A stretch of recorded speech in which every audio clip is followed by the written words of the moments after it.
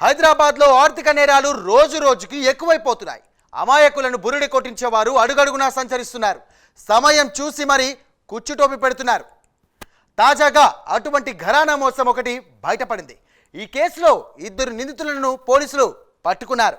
రిమాండ్కి కూడా తరలించారు. ఇంతకీ వీరు ఎటువంటి మోసానికి పాల్పడ్డారు, అమాయకులను ఎలా బురిడి కొట్టించారు అనే విషయాలు ఆసక్తిగా మారాయి. ఇంకెందుకు ఆలస్యం, మీరు కూడా ఓ లుక్కేయండి. కేటుగాలు ఎలా మోసం చేస్తున్నారో జాగ్రత్తగా గమనించండి. గుడ్డిగా నమ్మి బుట్టలో పడకండి.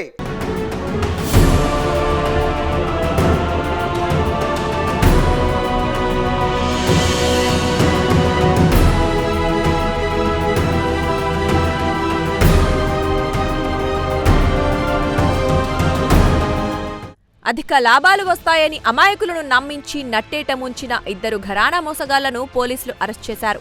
మోసం చేసిన 2 నిందితులను అరెస్ట్ చేసిన సైబరాబాద్ ఆర్థిక నేర విభాగం పోలీసులు వారిని రిమాండ్కు తరలించారు.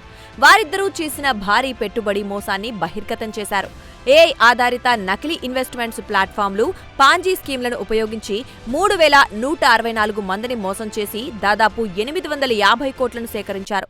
గడ్డం వేణుగోపాల్, శ్రేయాస్ పాల్ అనే 2ని ఈఓడబ్ల్యూ పోలీసులు అరెస్ట్ చేశారు. నిందితుల్లో ఒకరు మణికొండలో ఉండగా మరో నిందితుడు కొండాపూర్లో ఉంటున్నాడు.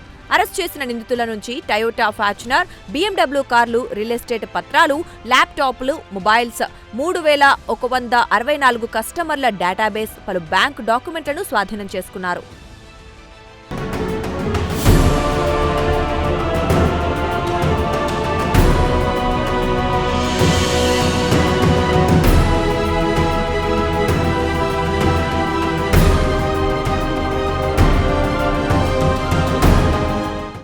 ఆంధ్రప్రదేశ్లోని ప్రకాశం జిల్లా మల్లవరప్పాడుకు చెందిన వేణుగోపాల్ మణికొండలో ఉంటున్నాడు. మాదాపూర్లో పలు ఫేక్ కంపెనీలను, నకిలీ వెబ్సైట్లను ప్రారంభించాడు. ప్రధాన నగరాల్లో 20 మందికి పైగా ఏజెంట్లను నియమించాడు. టెక్నికల్ డెవలపర్స్, వెబ్సైట్ అడ్మినిస్ట్రేటర్లను ఏర్పాటు చేసుకున్నాడు. వివిధ పేర్లతో నకిలీ వెబ్సైట్లు తయారు చేశాడు. సాంకేతికతతో రోజు ఏ స్టాక్స్ పెరుగుతాయనేది పసిగట్టవచ్చని ఏపీ, తెలంగాణలో ఇన్వెస్ట్మెంట్ సెమినార్స్ నిర్వహించి సామాన్యులను నమ్మించాడు. ఇక గడ్డం వెంకట్రావు ఐఐటీ క్యాపిటల్ టెక్నాలజీస్ పేరిట మోసానికి పాల్పడ్డాడు. వేణుగోపాల్ పెట్టిన ఏవీ సొల్యూషన్స్ లో శ్రేయాస్ పాల్ కీలక ఉద్యోగిగా ఉండేవాడు.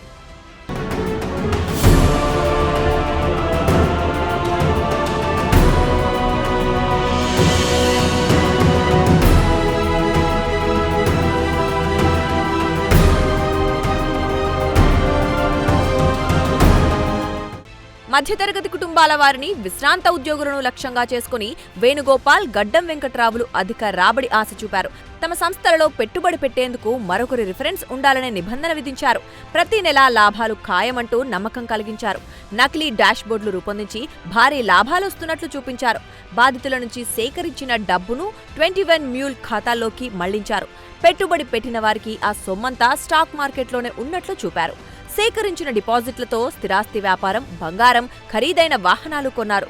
దుబాయి కేంద్రంగా చేసుకుని మనీ లాండరింగ్కు పాల్పడ్డారు. డబ్బు తిరిగివ్వాలన్న బాధితులను బెదిరించారు. డిజిటల్ రికార్డులు తొలగించారు.